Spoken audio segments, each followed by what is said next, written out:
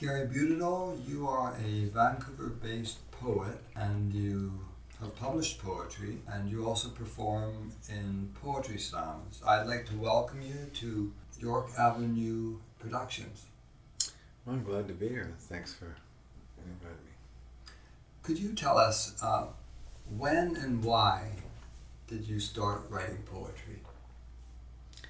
I think for me it was a way of expressing my teenage angst and relationships and disappointments. And it was a way to express my feelings that were pretty personal to me, but breakups, how do I deal with it? Well, I write a poem.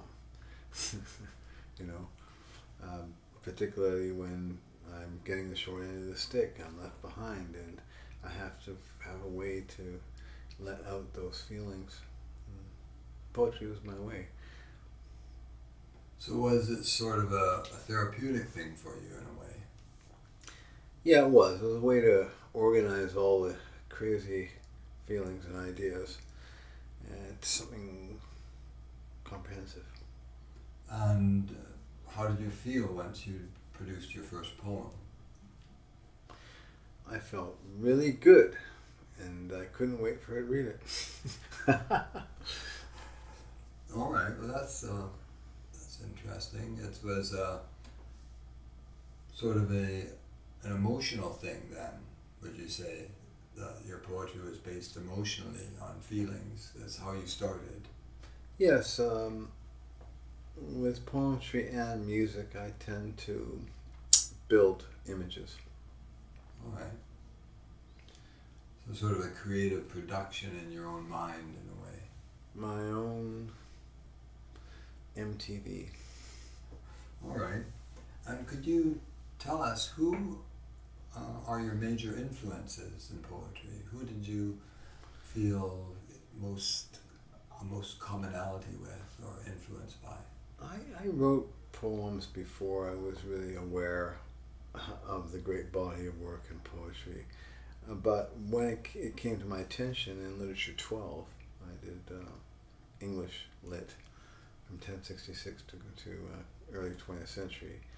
I was exposed to an awful lot of poems, and I think Samuel Taylor Coleridge, Rhyme the Ancient Mariner, really caught my attention.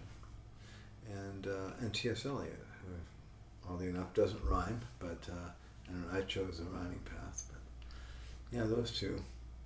What was it about, say, T.S. Eliot that you liked?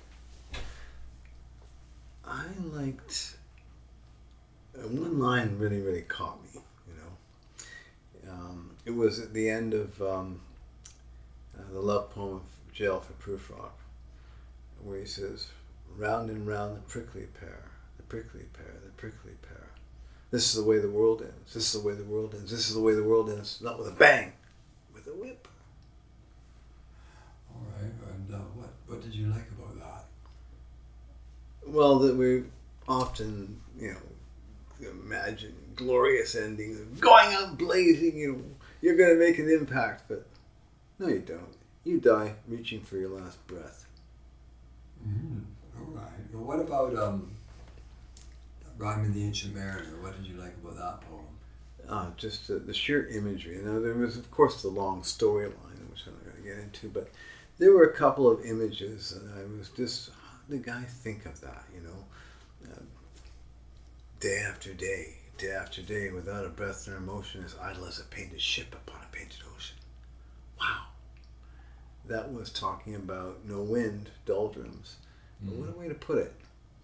And the ironies as well expressed. Oh, the very deep did rot. Oh, Christ, that it shall ever be. Yea, slimy things with legs did crawl upon the slimy sea. Water, water everywhere. And oh, the boards did shrink. Water, water everywhere, nor any drop to drink. So it was the images, like the visual images that he could create that caught your interest. Yes, I was amazed because it was so nice. Using as few words as they did, it encouraged me to think of the image. Yeah, I've noticed in reading your poetry that it's full of images and descriptions of scenes going on, and that seems to be a major aspect. But you've also got the emotional aspect in your work. How do you put those together? Well, it's I just find that when I have strong feelings, I try to organize the feelings with some kind of parallel image that says what they are in total, right? And that's how I've gone forward. Well, in my next question, maybe it's sort of already in the same vein, which is, what for you is the purpose of writing poetry? And maybe I kind of look at writing poetry as having a photo album that, as my life goes on and I have different ideas, I can crystallize them into these images as poems. So what about poetry versus prose? Like, you said that you would start writing these poems as a way of dealing with certain feelings you had. And I'm wondering, well, couldn't you have, say, written an essay instead, or written some ideas? And in that way, I'm wondering, what can poetry reveal to us, do you think, that prose cannot? Well, I actually have an example for that one. But it's about the fact that poetry can actually put you in the situation, whereas the others are more distant observers. An example.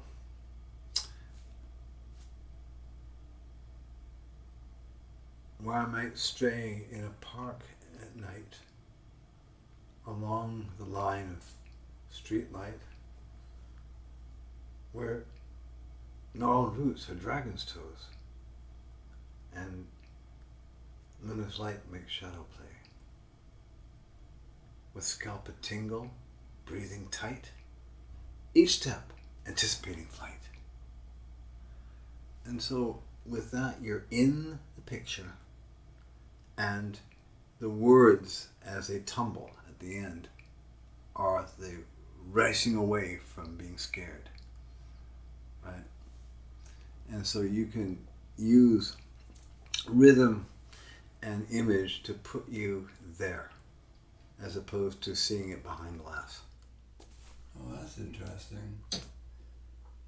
So prose is maybe more distant, whereas in the poetic images and the rhythm, the reader is pulled more into that specific spot. Right. That you're doing.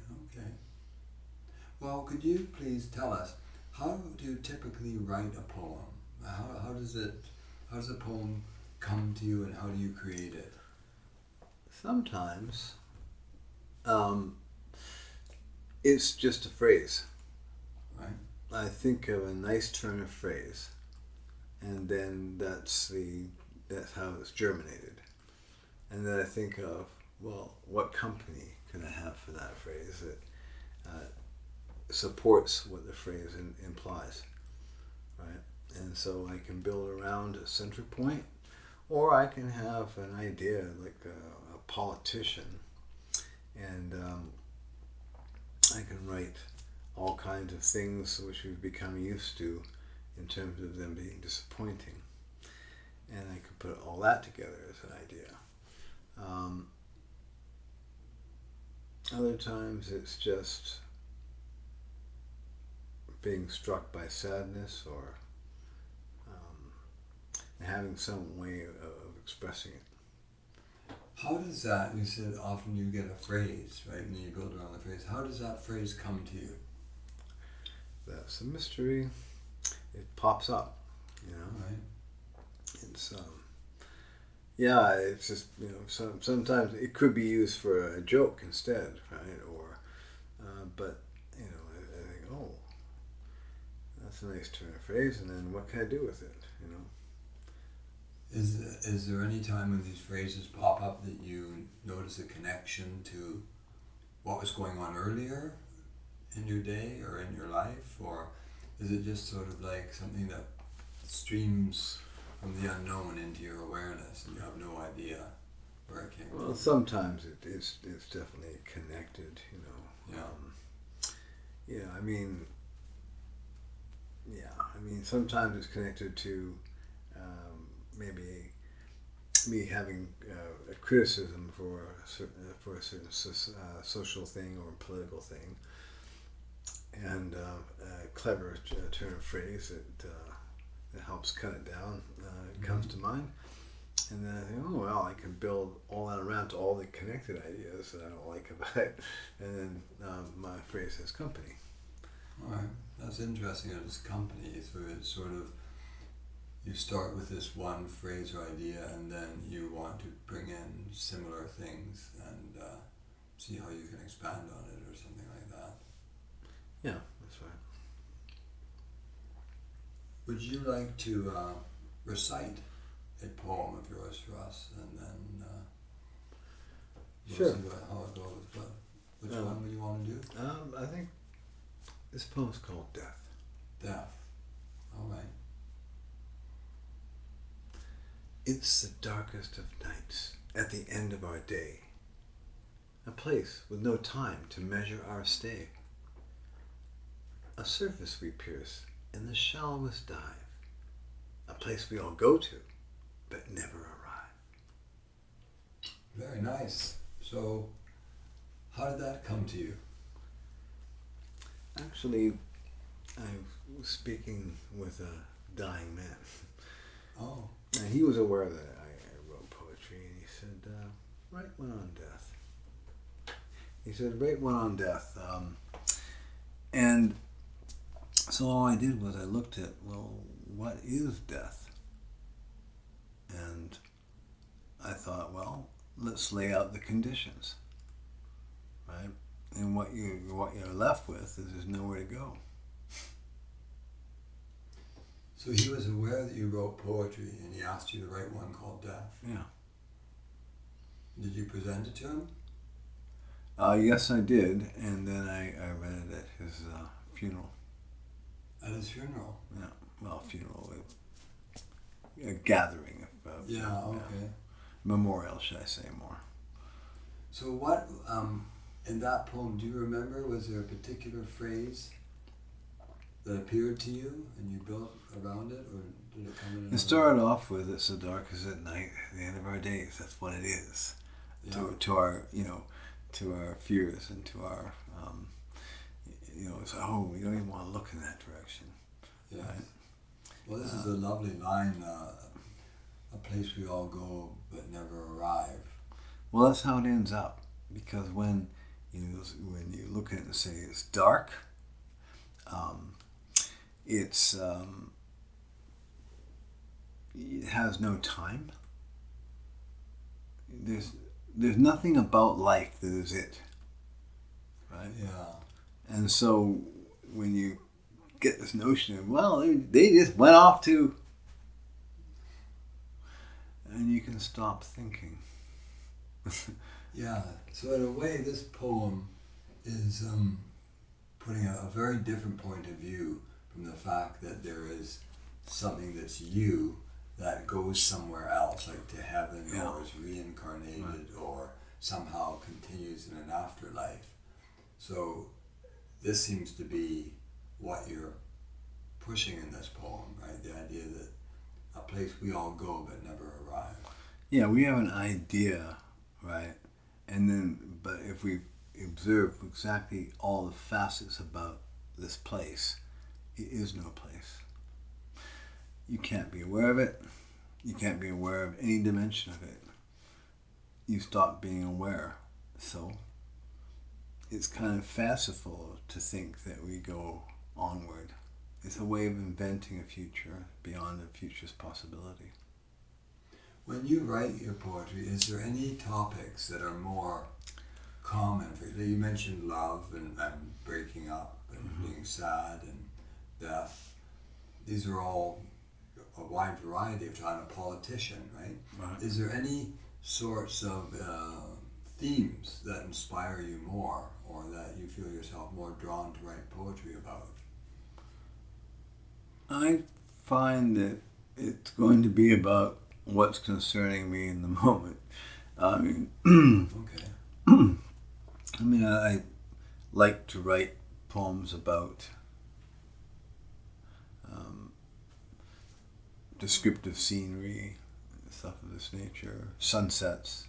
Sunset actually captures me a lot. Amber. I mean, at my age, I feel like my entire sky is yellowing. So you see sunset as being symbolic of death or something like that? Yeah, I mean, there was a line by Neil Young that always caught me. He goes, you know, every junkie's like a setting sun. Oh, all right. Right? And the needle and the damage done. What about just the beauty of the sunset? Oh, there's that too. I mean, it's just that. I mean, I've always liked sunset. I've always liked really pre-dawn and I mean the diurnal, where the sun is not bright and the sky is amber. I mean, since being a child, I've always liked that. But now that I'm close to that amber, I realize that there's a sadness to its beauty. Ah, and maybe the poems are a way of taking the beauty and sadness and portraying them together. Yeah. Yes, indeed. All right. Well, listen. Thank you so much for coming, and it was very interesting to hear your ideas in this. And I hope your poetry continues, and you continue to deal with these feelings in a productive and creative way. Well, thank you very much for having me.